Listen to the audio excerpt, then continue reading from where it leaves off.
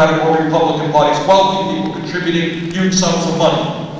So the dynamics of what democracy is becoming in America is, number one, vast majority of people do not have a clue about what's going on. Number two, most people don't vote, including the people most in need. And number three, the people who have the money call the tune, increasingly in both political parties. Now, maybe these people who contribute $50,000 a plate in the fundraiser do it out of their civic responsibility.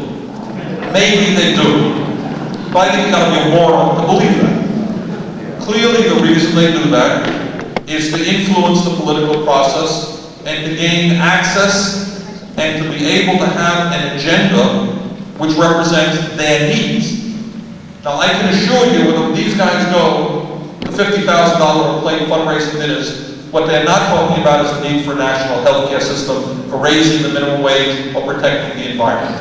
Trust me, they're not talking about that. What they're talking about is how millionaires can make even more money, how corporations can pay even less in taxes, how corporations can pollute our environment even more, and so forth. That's what they talk about. And obviously they have been very successful, because that is what has been happening in this country for the last many years.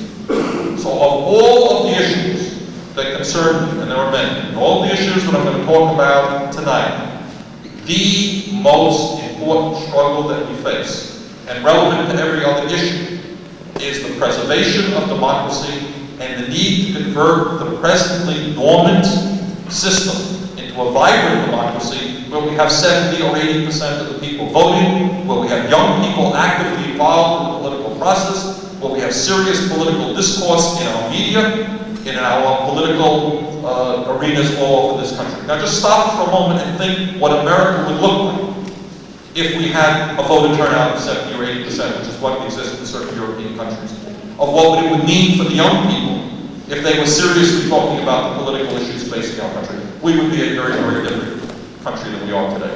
What's going on in Washington and Sacramento would be very, very different. Now, it ain't easy to make that change, but I trust that all of you being here tonight, working with the various grassroots movements here in San Diego, understand the need to bring about that change. To reach out to working people, to middle-class people, to young people, to explain to them the relevance of politics in their lives. And of all of the issues that we face, that's the issue I think we've got to focus most of our energy on. Now, the second issue that I want to touch on is an issue that is also not talked about. And one of the characteristics of contemporary American politics is that, in general, the most important issues are not talked about. The least important issues are talked about a whole lot. Right? Now, Monica Lewinsky, everybody is familiar with. In America, we're all familiar with that. We're all familiar with O.J. Simpson. We know everything that we've ever wanted to know about the late Diana, and so forth and so on. But on issues such as distribution of wealth, I would say the majority of American people haven't even a clue what that concept means. What does it mean? What are we talking about? So let's talk about it just a little bit. Ultimately, after all is said and done, in terms of economics, the question comes down as to who wins and who loses. You have the San Diego Chargers here. At the end of the game, they either won, they lost, or they tied. It's pretty clear. Basketball, you win, you lose. But what happens in economics? Well, roughly speaking, the same thing happens. Some people win, some people lose. Well, who is winning in America? Who is losing in America? What's been going on in the last 20 or 25 years? Well, for a start, ultimately, in economics, what ends up happening is you end up accumulating wealth, or as often the case, you don't accumulate wealth. In America today, we have, by far, not even close, the most uneven distribution of wealth and income in the entire world. Now, when we were kids and we were in elementary school and high school, they all taught us about the class society that existed in Great Britain. You know, the kings and queens and dukes and lords and all these funny titles, you know, these guys have. They're all very stuffy. What was that television program, Upstairs, Downstairs, and very much of a class society? Well, let me break the bad news there. The distribution of wealth in England is much fairer today than it is in the United States of America. It wasn't always the case, by the way. We now have the worst distribution. We have a situation in which 1% 1% of the population owns 42% of the wealth. Got that? 1% owns more wealth than the bottom 90%. Now, last year, just to give you an example of what's going on in America. Last year, Bill Gates, the owner and founder of Microsoft, had a very good year. Very good year. Bill Gates increased his wealth in 1 year by about $23 billion. That's a big, $23 billion. To put that into perspective, you can take about 25 million middle class, not low income, middle class workers, and take all of their increased income of that year, and it'll be less than what Bill Gates saw as an increase in his wealth in 1 year.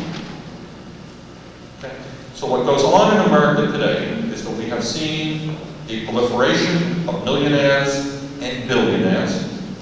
We have seen in recent years the middle class shrink, and we have by far the highest rate of childhood poverty in the industrialized world. So on one hand, a growth in millionaires and billionaires, and on the other hand, children living in utter poverty. Furthermore, for the middle class, in the midst of, some of you have heard, all of you have heard, that the United States is enjoying a great economic boom, right? You've heard that every day, you hear that from the newspapers. There was an article, I remember there was an article recently, a couple of months ago, and the guy said, who can we possibly give credit to for this extraordinary economic boom? Is it Newt Gingrich? Is it President Clinton? I mean, who has done this? Is unbelievable. These times are so good, will we ever see them again? And then there was the television commentator who was recently talking about your average American family with $100,000 a year income. And on it goes, okay? So they keep talking, and the president keeps talking about this economic boom. Now what's going on in the economic boom? Are there some things that are good? Very clearly there are. Unemployment is lower today than it was 7 years ago. That's good. Inflation is low. States and cities and the federal government are bringing in a whole lot of money, which is reducing deficits. All of that is very, very good. But what they forget to ask when they talk about an economic boom, it seems to me, is the simple question, what's happening to the average middle class stiff? Right?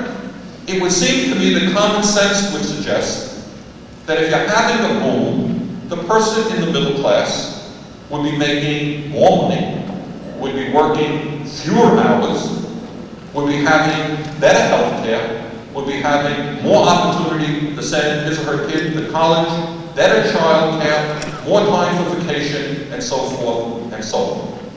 Well, if you look at economics from that perspective, then you find that most people are not booming. That in fact, the average American today is working longer hours for lower wages. The average American is making less money today than before the so-called economic boom began. Funny kind of economic boom. Last year, in the midst of the economic boom, the average male worker actually ended up making less money than the year before. Women made more money. Okay. So, bottom line is that in the last 25 years, the real wages, as inflation accounted for wages, the average American worker has gone down. Distribution of wealth has become more and more unfair. More children living in poverty, more people without health insurance, harder to get paid for college education. Doesn't sound like an economic boom for the middle class. On the other hand, we must confess that the people on top, we have to give them their due, are in fact booming. We have found those folks booming. We have searched far and wide. It is not the lower income people, not the middle class. It is our friends at the top, and we can see them. They are really booming. Now last year, for example, the CEOs of major American corporations saw a 56% increase in their compensation. That, my friends, is a boom. That is really good. At the same time, the average American worker saw about a 3% increase. Not so good. CEOs of large corporations now earn over $2 200 times what their workers are making. I don't know if I can call that a boom. I would say that's pretty greedy, pretty selfish. In 1960, that gap was 12 to 1. Now it's over 200 to 1. So the bottom line of the current economic period is that the people on top may never in American history have a civil war, at least not since the 1920s. They are really making out on bandits. They control large degree, both political parties, and so forth and so on, making all kinds of money. But the middle class is continuing to hurt very badly. I can remember, Bob Philbin can remember, many of you can remember. And it's important to remember these things. When some of us were growing up, and I'm 56, it was assumed to be a natural thing that one breadwinner, usually the man, in a family, could support the entire family by working 40 hours a week. Remember that? I know that seems like ancient history, right? Can you imagine that? One person working 40 hours a week, bringing in enough money to take care of their kids and the family? Well, obviously that is ancient history. That doesn't go on anymore. In my state, people don't work one job. People don't work 2 jobs. You have people working 3 jobs. You have people working 60, 70, 80 hours a week. On average, as a nation, we now work 160 hours a year more than we did 20 years ago. That means overtime, 2 jobs. And you hear it all over the place. You hear people, I'm working 60 hours a week, I'm working 70 hours a week. Friends, that is not natural. They fought for the 40, Bob is a historian, maybe correct me, they fought for the 40-hour work week, what, at the turn of the century? A little later than that? So in the early 1900s, we had a 40-hour work week, now we have a 60-hour work week. I'm not sure what is booming about that. So I think we should put all of the economics into perspective, focus on what's happening in the middle class, ask the hard questions, and we'll discuss that later, why, but to acknowledge that the middle class is not moving, millions of people are hurting, and we've got to change that situation. Third issue that I want to touch upon, briefly, again, hardly ever discussed, and hardly ever discussed for obvious reasons, is corporate control over the media. It's hardly on the agenda to be discussed, but it is very, very important. When the Soviet Union was alive and well, all of the pundits on television always used to laugh about the media of the Soviet Union. It was very, very funny. They made the point, which was true, that in the Soviet Union you had many newspapers. Each of the towns and cities had a newspaper, you had radio stations, you had television stations. The only problem was that all of the media was controlled by either the Communist Party of the Soviet Union or the government of the Soviet Union. That was it. So you have all of the newspapers and all of the radio stations. The problem is they all have the party line. Is that exactly the same as what's going on in the United States today? No, it is not. There are alternative points of view that can be heard, publications which have very different perspectives. We have freedom of speech and freedom of the press. But having said that, if you look at how the average American gets his or her news, it becomes pretty scary. Most people get their news from television. NBC is owned by General Electric. CBS is owned by Westinghouse. ABC is owned by Disney. Fox Television is owned by Rupert Murdoch, a right-wing billionaire. So basically, most Americans are getting their news from television from a very strong corporate filter. And then it's not only television, it's radio, it is book publishing, it is magazines. Go to a good shop and you'll see zillions of magazines. But then you end up finding out who publishes the magazines, and you find that there are not all that many publishers. So it is of great concern to me that we have fewer and fewer people controlling the flow of information in America. Now, how does that manifest itself? How does that manifest itself? Well, it manifests itself in terms of what we end up seeing and hearing and reading about. In my view, it is not an accident that we heard more about the O.J. Simpson trial than we ever wanted to hear. It is not an accident that we hear about Monica Lewinsky or the Super Bowl or the NCAA Final Four and all of this stuff over and over and over again, when at the same time there are whole elements of human discourse that we hear virtually nothing about. How often do we hear about distribution of wealth in America? How often do we hear about the role that trade unions, for example, we're delighted to be here at a trade union hall tonight. The trade unions, more than any other institution in America, help create the middle class, help protect the middle class. Do they have their problems? Of course they do. But they have been the backbone of the struggle to create a strong middle class in America. Have you ever seen once in prime time television, one program talking about the role that unions have played to make a better country for working people? You haven't seen that program. 13 million people in the AFL-CIO alone, but somehow you don't see that. You turn on public, so-called public television, and I use so-called very strongly, because that is also largely controlled by the corporate media. You have Wall Street Review and how to make millions on the stock market and how to manage this. Not one program dealing with the needs of working people. And if you have minority people on that, they're often Republicans for some strange reason. So what you have in the television is the focus. They focus issues on where they want, and by and large, that focus does not deal with the reality of the average American worker.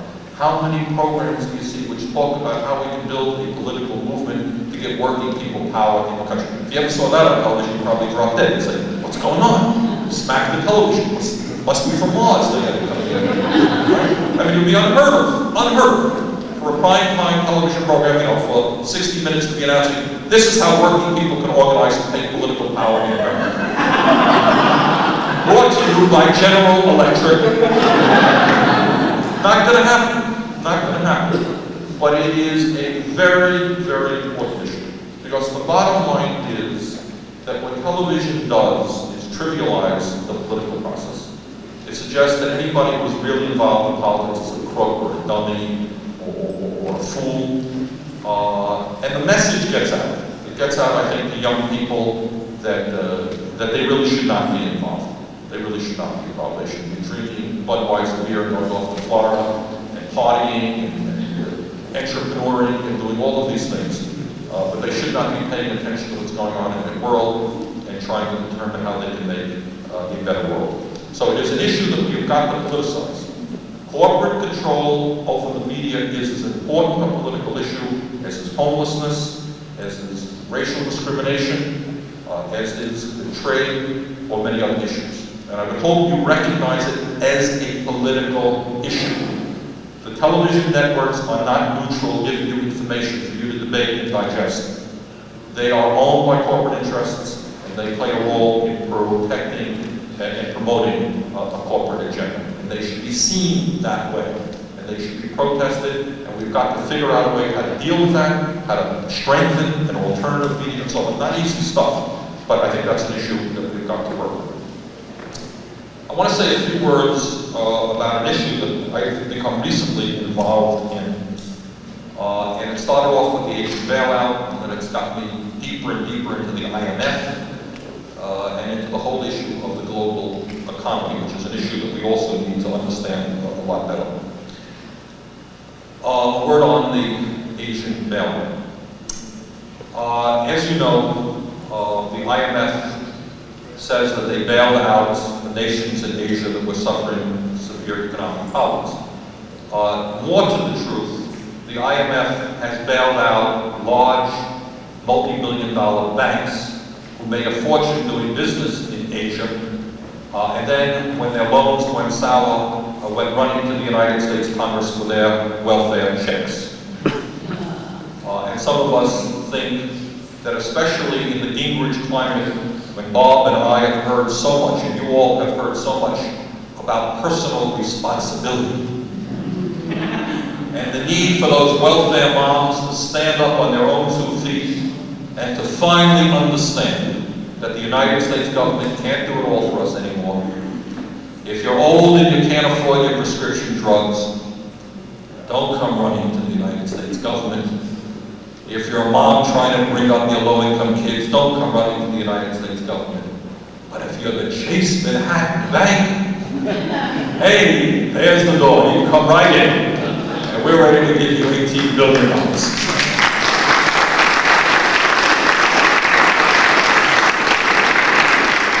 But this is not only corporate welfare at its worst. It's not only folks who have made huge sums of money investing in Asia now that they've lost the money, want more back. It's even worse than that.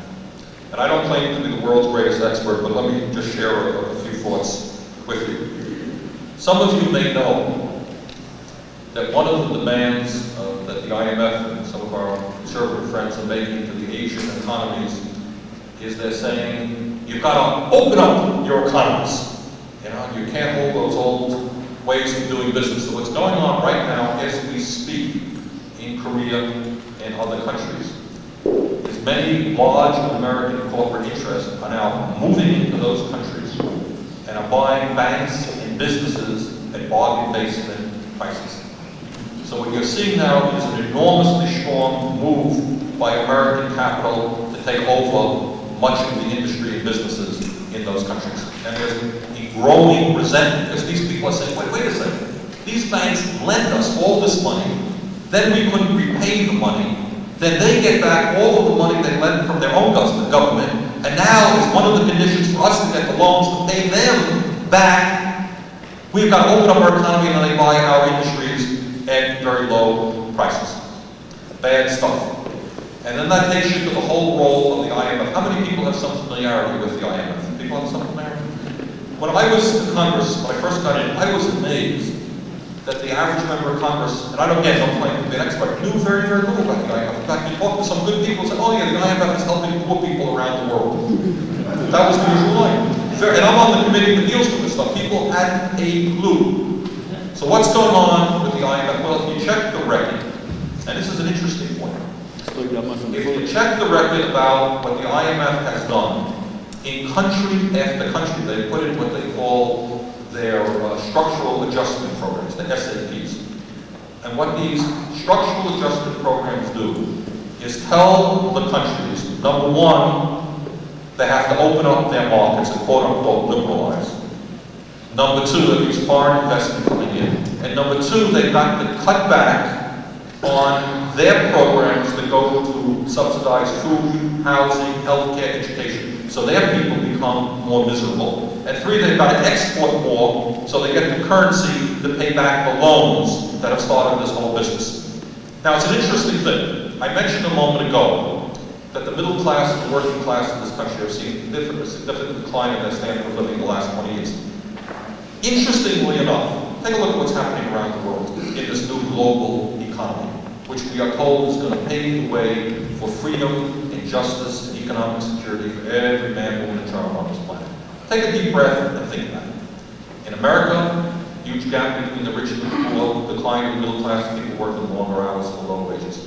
What about Latin America, which has had all of the benefits of structural adjustment for a number of years? Significant increase in poverty and misery in Latin America. Mexico is just one case in point where, as you know, in recent years, unemployment is up, wages are down, child poverty significantly increased, not millions, but many thousands of small businesses driven into bankruptcy. Also one of the benefits of the recent bailout, so-called bailout of Mexico. Canada is hurting as well. North America is not doing well in the global economy. Well, North America is not doing well, Latin America is not doing well. Let's go over to Europe. How's Europe doing? Well, if you look at Europe, what do you find? You find unemployment very, very high, 12%, France and Germany. You find that the benefits that the workers in Europe had struggled for so many years, national health care, long vacation periods, good wages, are being undermined every single day. Large demonstrations in France and Germany to try to protect those benefits. So the standard of living of workers in Europe is in decline. Sweden, which has done so much under social democracy, has had to cut back on many of their programs as well. Well, global economy is not working so well for Europe. What about Africa? Well, Africa, as you know, has been an economic disaster. It is worse there, and I don't even want to go into the statistics. It is so sad. I was over in Africa a couple of months ago. As poor as those countries are, under the IMF, they've been forced to cut back on health care, on education. You talk to people in some of these countries where they have to bring their own blankets to get into the hospital, where drugs used to be provided for them. There are no drugs now available. Drugs, they have to pay $10, $15 for a drug. They can't afford that. Could be $1 million. Terrible economic misery in Africa. The projection is it is going to get worse. And then finally we come to Asia. And Asia for years had been the model. You see, The IMF just a year ago was telling us how wonderful the economic development programs were in Korea, Thailand, and Indonesia.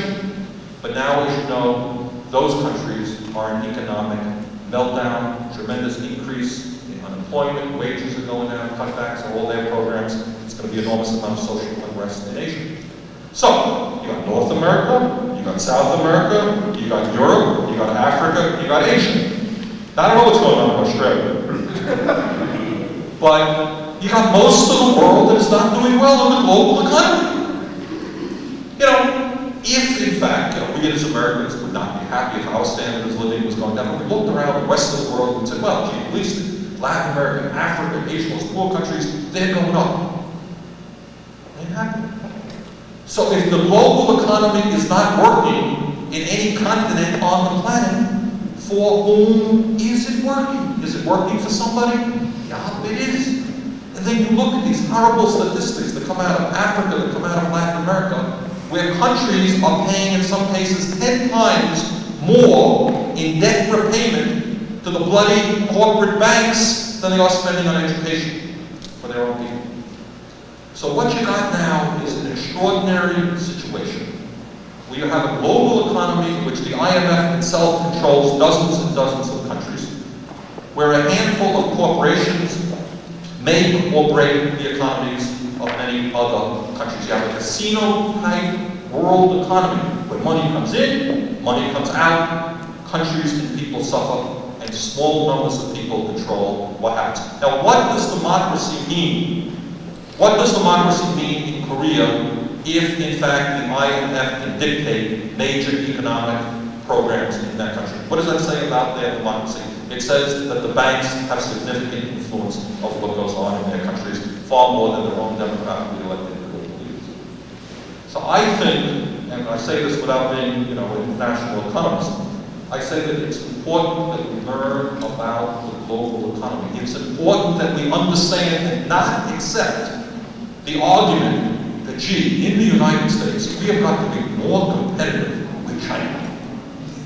Gee, that's what we have to do. Because, the Chinese people are being forced to work for 20 cents an hour.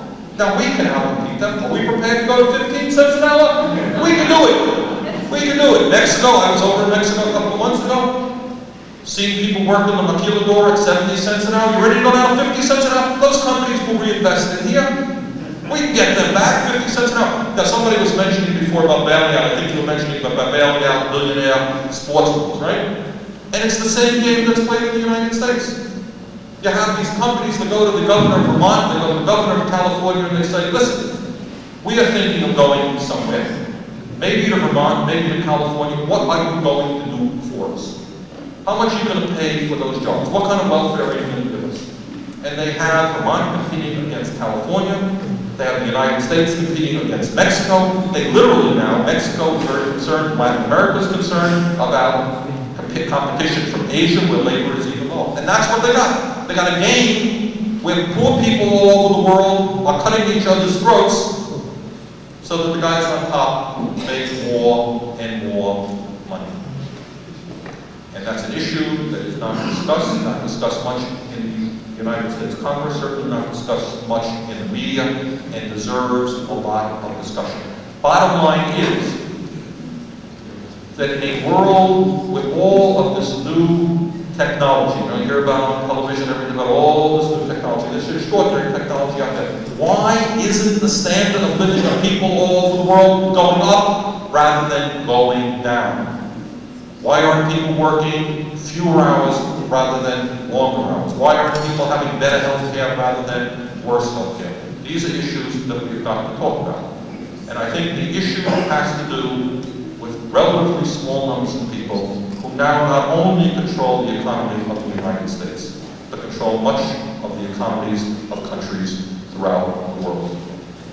Issue we have to deal with. The last point that I want to make, I'm happy to answer any questions that people may have, and that deals with what's going on in Iran right now.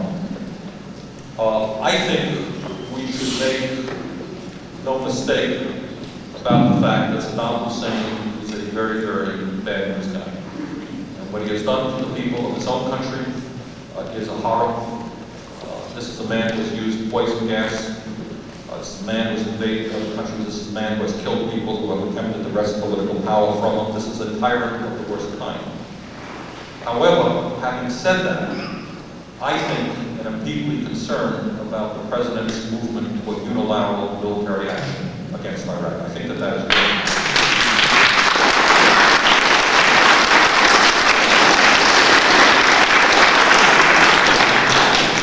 I think it's wrong for a number of reasons. I think it's wrong because if we want to get rid of Saddam Hussein, if we want Iraq to become a democratic country, I think it is possible. I could be wrong, and I don't think anyone knows all, has any magical answers. But I think that by wreaking more havoc on the people of Iraq could well lead to its solidification and an increase in his political power in that country. Because all he has to do is say, yeah, I'm trying to defend you. We have these big bad Americans dropping bombs all over the place. So I think if the goal is to get rid of Saddam Hussein, that may not be the best way to do it. The second issue, which probably concerns me even more than this, and why I opposed strongly the Gulf War in 1991, is the following.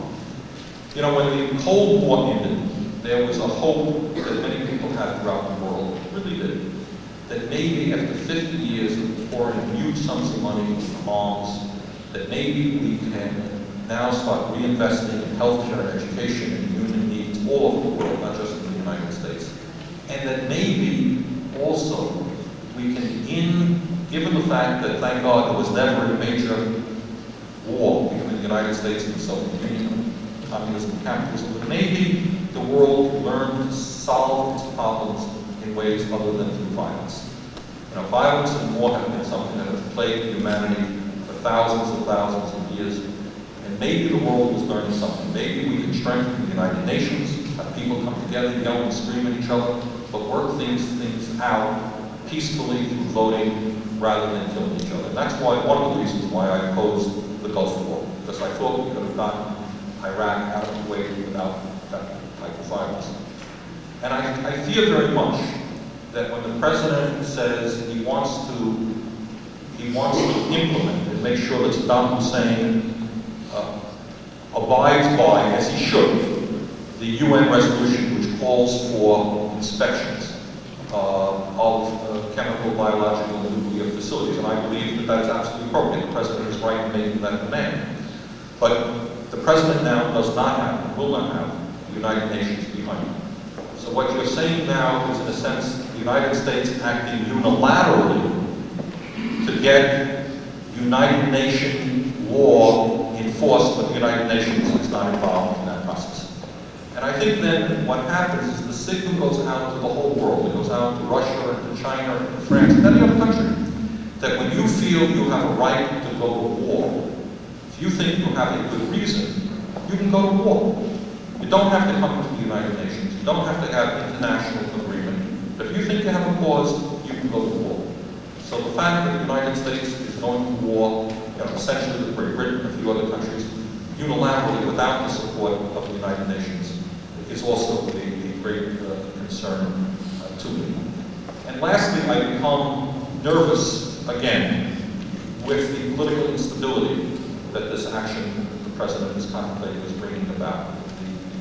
The growth in tension with Russia, the increased instability in the Middle East right now. There are harsh words now going on between the PLO and Israel that we have heard for many, many years. And I think when you just start that process, all over the world, people become more warlike and less prepared to talk to each other. So I hope, and it may well be, I think what we can say for President Clinton, unlike some of his predecessors, he's been president for 5 years, and he has not been a warlike president. He has shown, with some exceptions, a lot of restraint. He hasn't invaded too many countries lately, unlike his predecessors. And I hope, and it may well be, by the way, it may well be, and it would not surprise me, that maybe what he is doing is really trying to push Saddam, and scare Saddam, so Saddam finally does look it up and allow the UN inspectors to do their job. And I hope to God that is the case. But I would be very concerned with the unilateral action, and I hope that the President does do that. So, that's the end of my speech, and I thank you very much for your indulgence, and happy to answer your questions.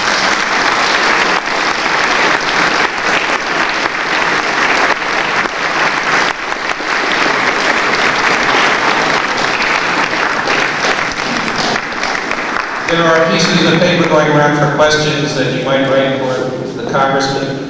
You can see why we need to keep Bernie Sanders in the Congress with such a clear statement of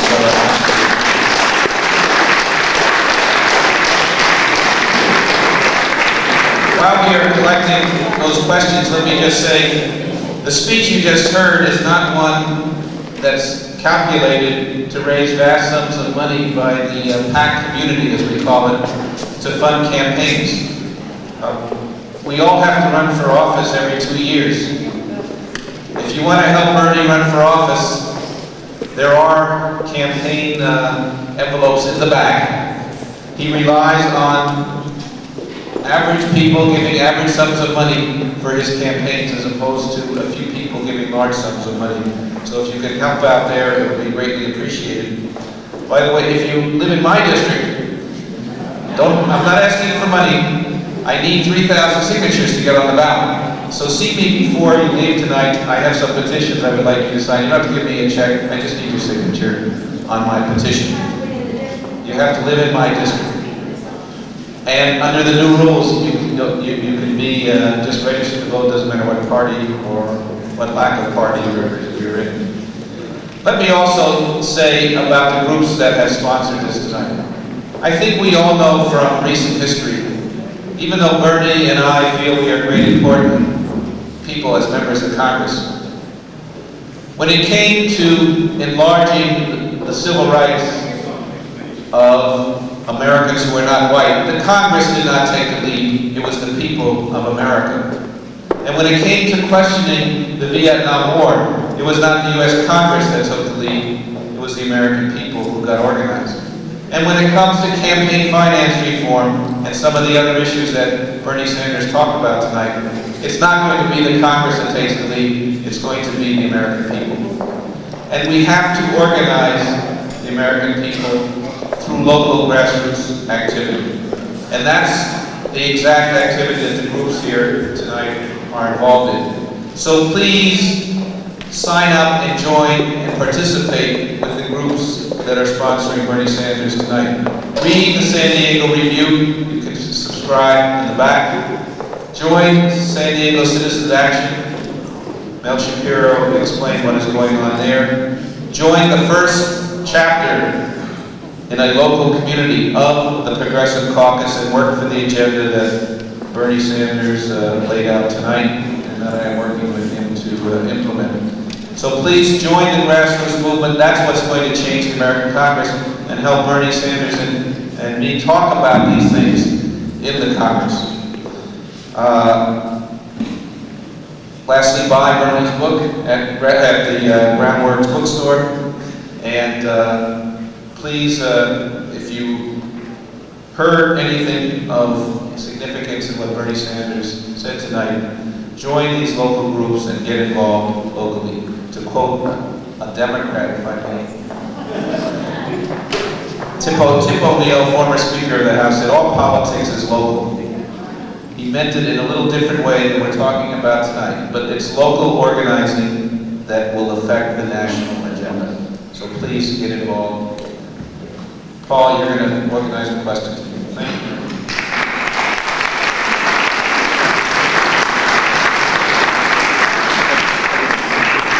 Before we take a very short break, let's run through the questions. If you have any more questions, be sure to write them down and give them to Vivian. You know my two mentors are Joe Stern, who's 2 years tomorrow, and some of you may remember Victor Salatini, the Catholic priest known as the tortilla priest. So we have a can, I learned this from Victor, circulating out here. And I know if the religious right in East County can tithe 10%, I know that Progressives tonight are going to help support this event and pay for the Winnebago Hall and start something new among progressives. So we have some free cookies that hopefully you'll help us support on the side. Someone ripped off our coffee machine, so there's some sodas, I believe, and the door will open. Let's keep it to about a 10-15 minute.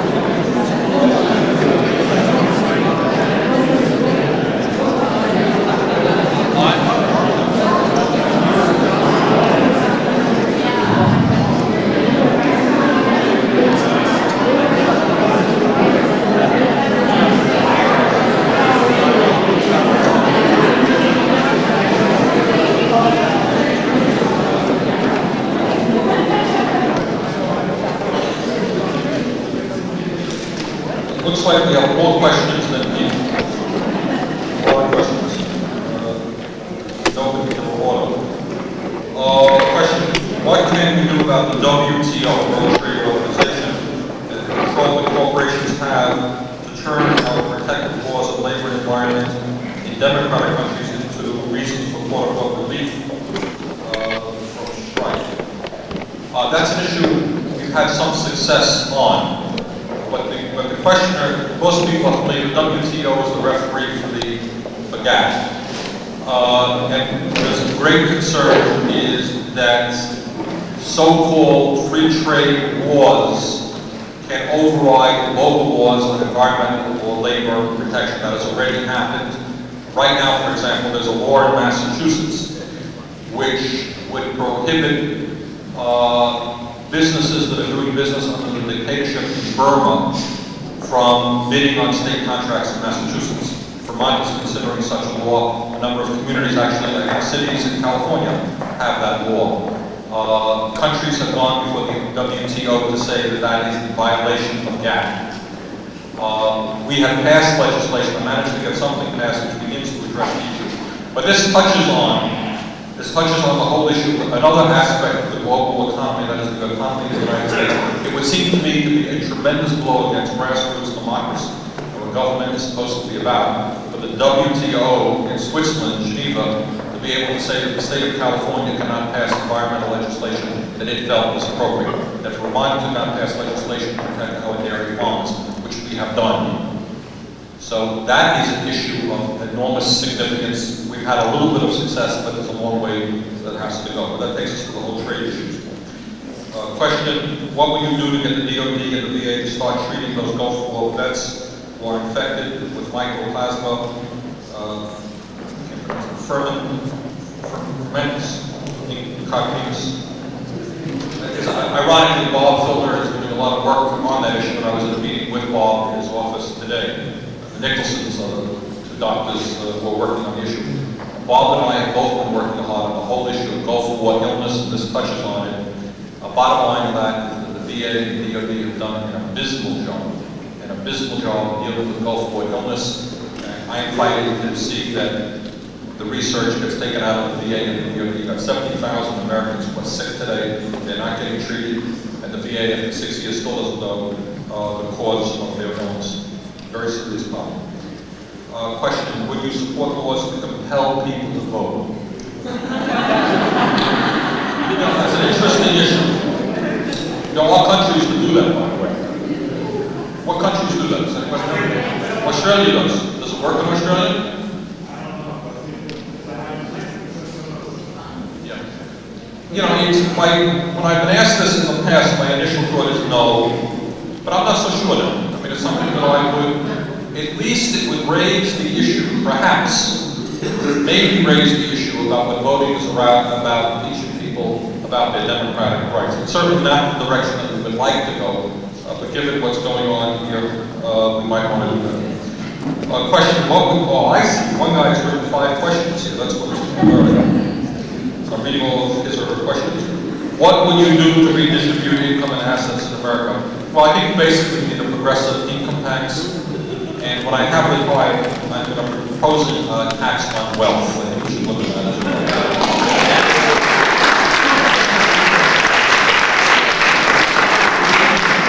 So all of you who have assets of $1 billion or more, watch out, Sanders is coming for you. Okay, let's see what we got here. What are you doing to either combat or monitor the Welfare Reform Act in your state or nationally? It's an issue that folks in Vermont are paying a whole lot of attention to. We are concerned about the number of children who would lose their benefits. And in Vermont, I can't tell you that I personally do that, but in Vermont we have a number of people who are looking at it. Certainly an issue that we've got to monitor very closely nationally. I mean, it's a very important issue. How do we stop the U.S. from bombing Iraq? I think people should move pretty quickly and think about demonstrations. I think, you know, the president has to make up his mind. There's a lot of things that he has got to consider. And I think if he feels that the American people have real reservations about that. It will be just another argument for those people within this administration who are not sympathetic to the bomb, and there are those people. So they need some support. The president calculates these things. What do you gain, what do you lose? And if there are millions of Americans who are expressing their views, he will be less likely to do it. I know that in my local newspaper today, this was faxed to me, there was a whole page full of letters to the editor in opposition to bombing. The calls that are coming into my office are running 50 to 1. Well, of course, that's what they were, 50 calls. But they were 49 to 1 against bombing. I don't think that Vermont necessarily reflects the whole country on those things.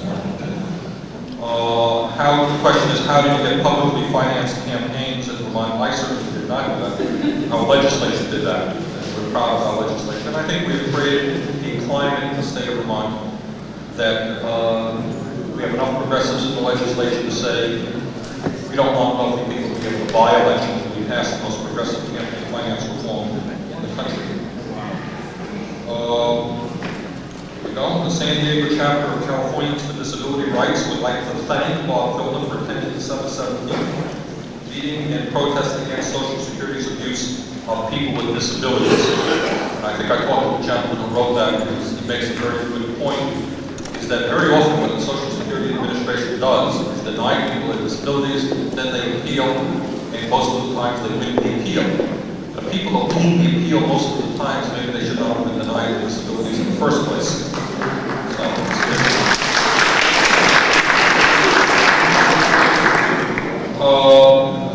That touches on an issue that we didn't discuss tonight, but I wanted to very briefly mention the issue of Social Security in general. There is a savage, multi-billion-dollar effort underway to destroy the Social Security system. And every day when you turn on the television, you all hear about the Social Security crisis, right? Now there's no money in the Social Security system, right?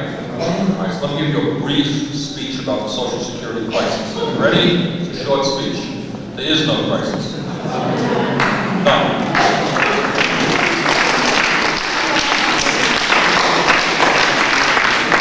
This year, the Social Security system had a $73 billion surplus. $73 billion more came in than went out. Now that is a hell of a crisis.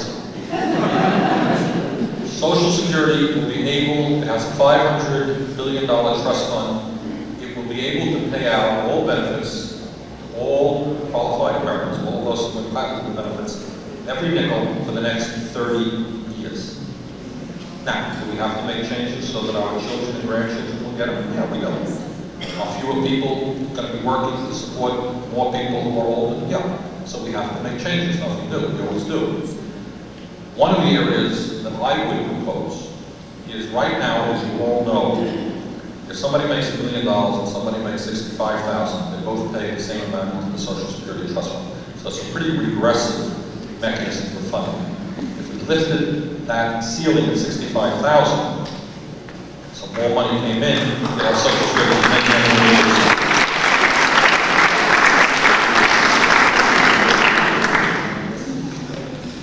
What about collecting tax incentives back from companies before letting them take their jobs abroad and give a tax breaks to companies opening jobs in the cities? That's a very good idea, and some of us are working on that. That has to do, some of us are saying, is that we spend in this country $125 billion in corporate welfare. And a lot of that money, if you can believe it, really goes to companies that are busy running all over the third world and exploiting people there, not reinvesting in America. So I think what we should do is say that those companies that are interested in going to China and all over the place, they're not going to get tax breaks. Those companies that want to reinvest in America will get tax breaks. So I think that makes a lot of sense.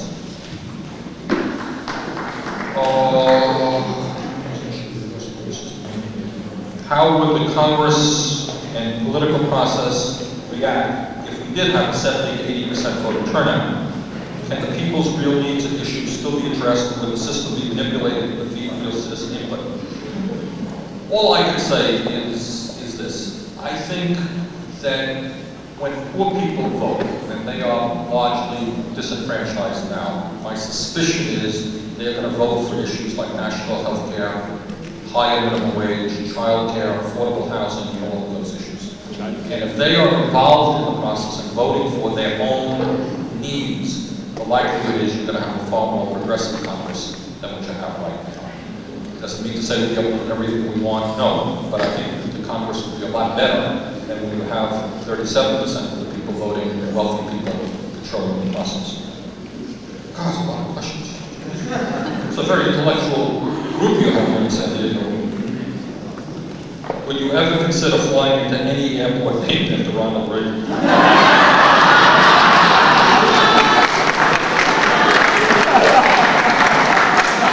I think I should boycott National Airport and fly in, but the other one is Dulles Airport. Maybe I'll take the train.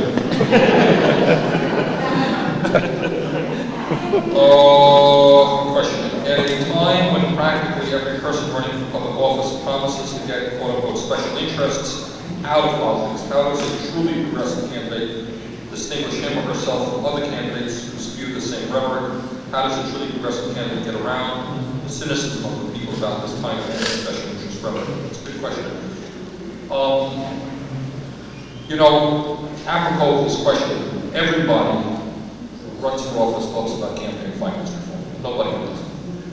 Newt Gingrich talks about campaign finance reform. He does. He really does. And Newt is, you know, in some ways I like Newt because he's pretty straightforward and he says what he thinks.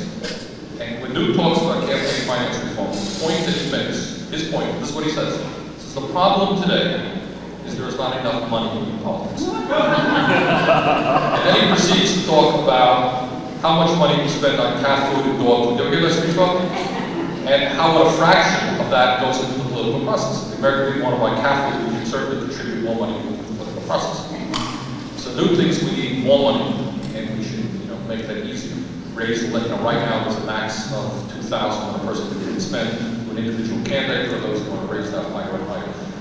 I think you know, all politicians who are smart have the rhetoric down. I mean, they're pretty good. And in California, we understand, as I understand, you know, much of politics takes place in 30-second ads on television. So these people never go to, you know, there are probably people running for statewide office who have gone to less political meetings in California than I have, because I've been to at least one. You know, they put ads on television all the time.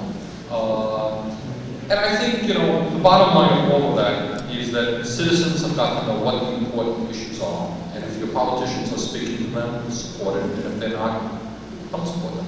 They will talk to you about everything under the sun, except the real issue, some of which we talked about today. Do you believe in a fair distribution of wealth? If you raise that to most politicians, they don't even know what the hell you're talking about. You know, do you believe in a national health care system? Yes or no? Do you believe in raising the minimum wage? Do you believe in strong environmental protection? Do you believe in protecting women's rights? And so forth and so on. I think we have got to be very specific. And if candidates are not prepared to deal with specificity, they're talking with generalities, then you assume they're not going to vote for you on the real issues of the matter. And I think citizens should be more aggressive too. We should take it to the politicians, except Bob Phillips. No. But I think the issue should be is, listen, you come to us every 2 years, you want our votes. These are our concerns now, and if you don't address them, don't come to us in November or even another year.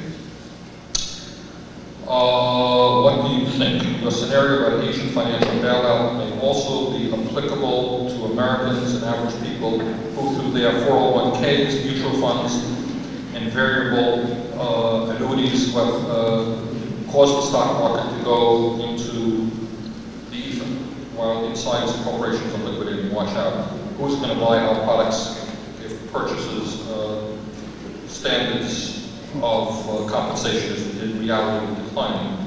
Greenspan was correct. We are really in a deflationary economy. I think I don't usually agree with Alan Greenspan. I think, without, again, you know, we don't have time to get into all of these issues.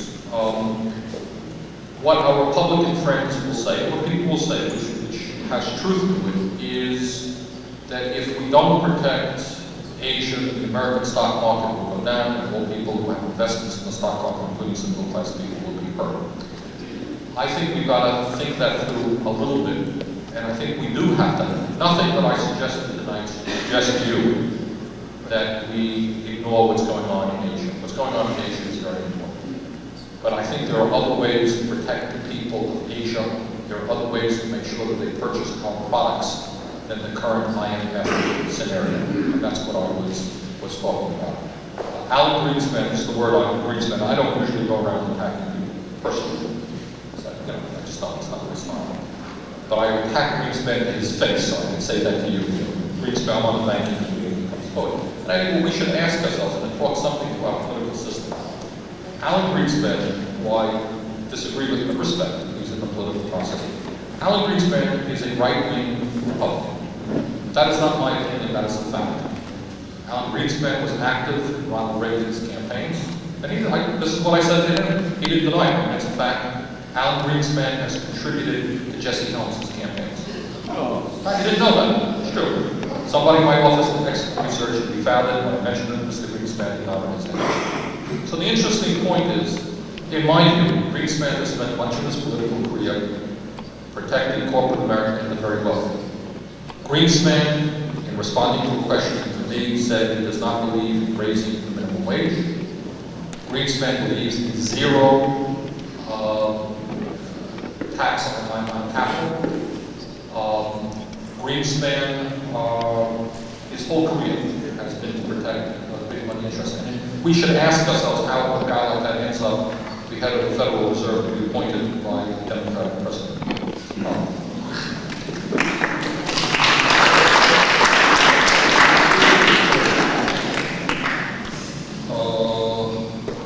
Can we send you a copy of Innocent Casualties Review on the congressional investigation of the FDA? A gentleman spoke to me about that and made a concern. A lot of concerns about the FDA and how the drugs that are approved and the drugs that are not approved and the very expensive process that small inventors or doctors have to go through to get their drug onto the market, and the fact that the process right now really benefits the large pharmaceutical companies. And I think that's true. That's an issue that some of us are working on. We think, it seems to me there's been an explosion in interest in alternative health in different types of protocols, medical protocols other than what the medical establishment gives us. And some of us are working hard to open up that process. Please comment on the multilateral agreement on investment and tell us what the status is of this agreement at this time. Somebody told me to know something about it, that the Clinton administration is going to ease up and not go forward on that, which is a good thing. This is not a good agreement. And it's part of this global economy and allowing corporations to have freedom to do almost anything they want in any country on earth. Who are the individuals, etc., responsible for the U.S. policy toward Iraq? I don't believe this is the President's policy. U.S. imperialism precedes the administration. No, certainly, that's right. What has been going on, has been going on for many years. The President did not invent it. In fact, Clinton has been better than his predecessors is implicated. That's a long story. I mean, I think there are a lot of factors. It'd be too long to get into that. It is wonderful to have at least one socialist in the U.S. Congress. Will not take a new party, Green Party, Labor Party, PC Freedom type party to replace the undemocratic Republicans. Will you help build that party? No, I'm not going to help build that party. And the reason is that I made a decision in a bond with the people of Vermont a number of years ago. They were very kind to elect the first independent in Congress in 40 years. And my opponents said that Bernie Sanders is elected, he's going to go around the country starting a third party. I told the people of Vermont that I would be the best congressman that I could be for the people. And I'm not going to go around the country building a third party. So while I'm here in San Diego tonight, I'm not going around the country building a third party. I think we need an alternative party. I think those parties, the Green Party, the Labor Party will be the new party, are doing, the Green Party in some instances is doing really good work. But I, myself, I don't have the energy. I work very hard. It's hard to do what I do. I've got to represent my state, so I'm not going to be that person. What is the future for socialism in the world? Has the fall of communism given capitalism carte blanche to rear its ugly head? I would say the latter is true. Very few of us were defenders of communism, but I think with the collapse of the Soviet Union, the big money interests are just going all over the world as very fast as they can. On the other hand, we should be mindful that France is a socialist government, that Great Britain has a conservative, democratic socialist government, Scandinavia, Sweden has a socialist government. So I think there seems to be a resurgence of left-wing thinking around the world, and I think when the impact of globalization is felt by people throughout the world, I think you can see more progressive movements develop. As I said, no political system has ever been dramatically changed from within that system. Keeping that in mind, the fact that political parties are groups of like-minded people who try to capture control of government, do you think that citizen activists should focus on creating and nurturing viable alternative bodies, or that they should invest more energy into working within the existing system in hopes that change might actually occur? I would just pick up on a point that Bob Philbin made a few moments ago, is that real change has always occurred at the grassroots level, whether it's been changes in labor law, the rights of working people, women, minorities, civil rights movement, gays, and so forth. Congress has been the least, has always been at the end of the process. Millions of people take to the streets, then Congress ends up acting. And I think there's been a debate in this country from Eugene Debs before that, as to whether people should work with the Democratic Party, should work with Debs, as you know, was an advocate of the Socialist Party, and I tend to agree that I think we need a strong third party in America. But regardless of what your views may be, there's no question that the way political change ultimately comes about is through strong grassroots movement. Franklin Delano Roosevelt did not develop the New Deal. Millions of workers taking over factories, striking, organizing, created that process. Martin Luther King did not develop the civil rights movement. That came even below. And then Lyndon Johnson signed the papers. But all of the efforts come from the grassroots. And that's where we should focus on energy.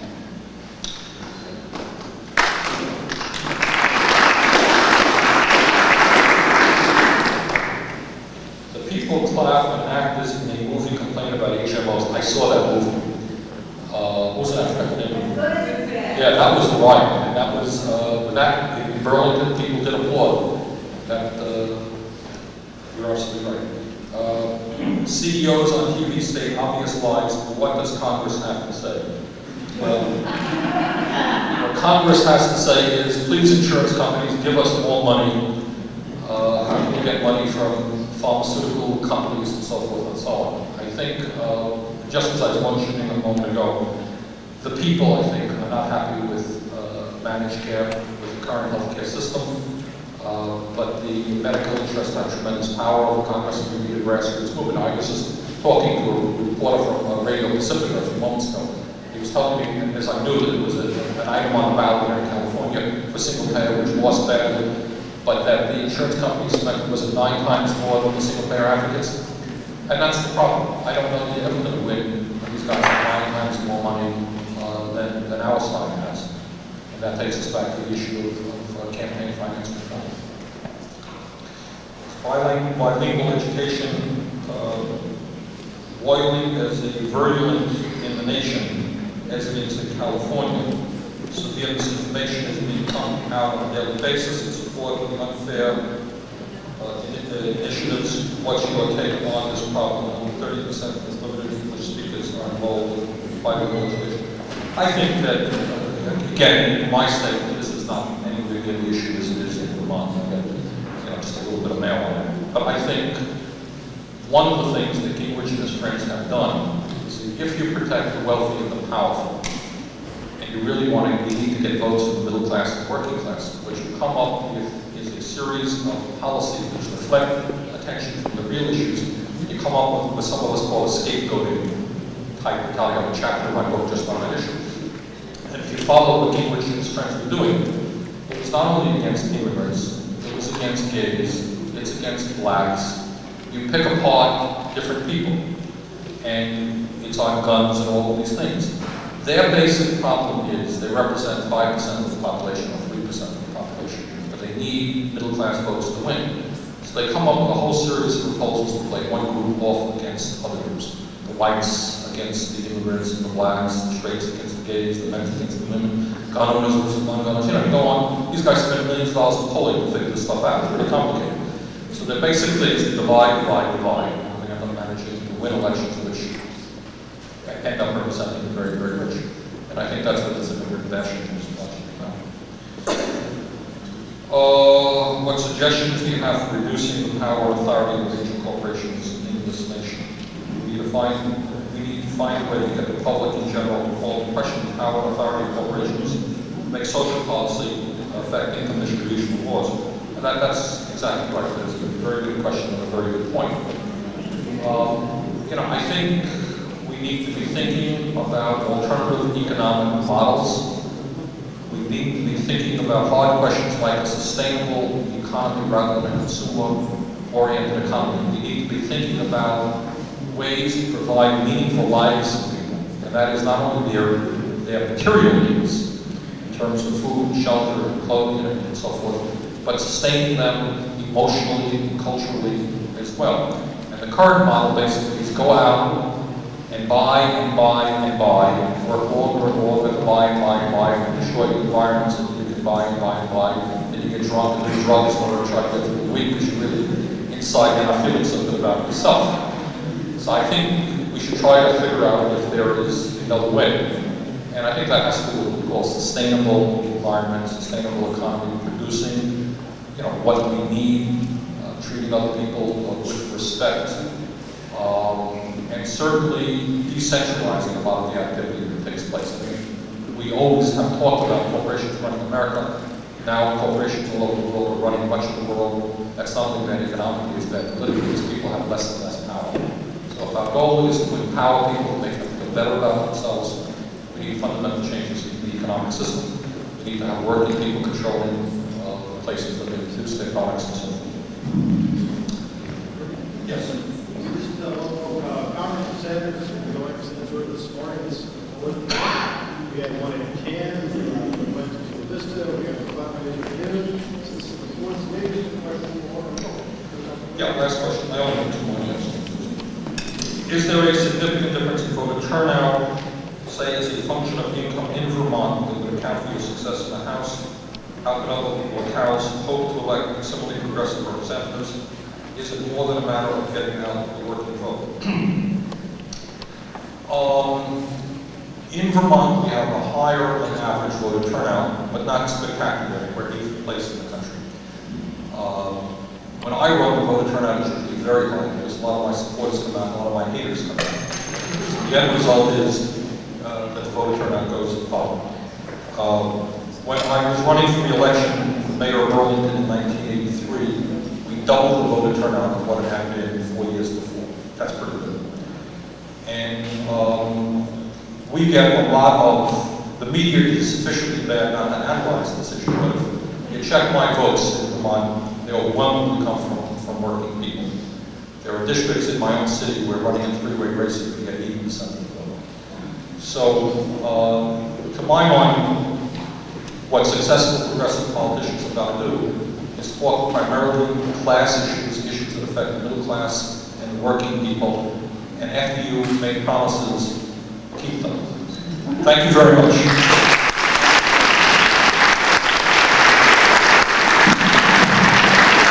Thank you, Bernie Sanders.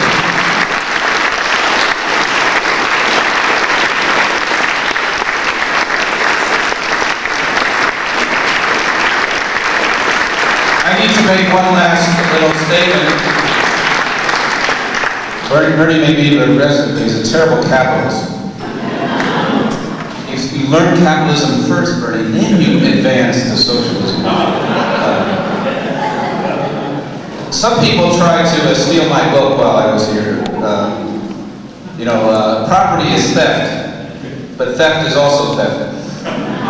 I'm just kidding, but if you would like to order Bernie's book, if you leave your name and address with I still say that, Groundworks, Bernie will make sure you get an autographed copy of the book. A lot of people ask me about buying it. If you leave your name and address with Groundworks, we will get an autographed copy of the book to you. Thank you so much for coming tonight.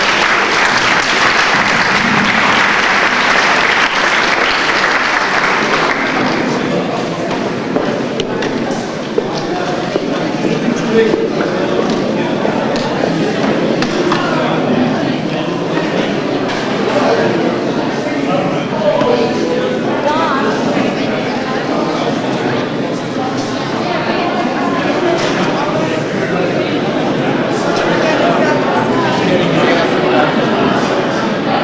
one to son.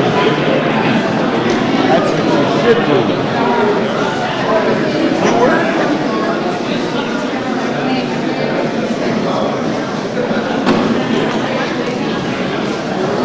Is that tape going to be available?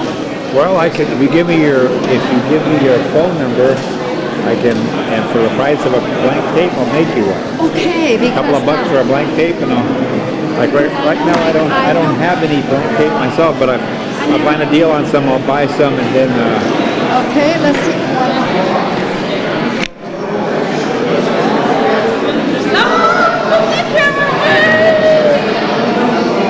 I've got all kinds of people who want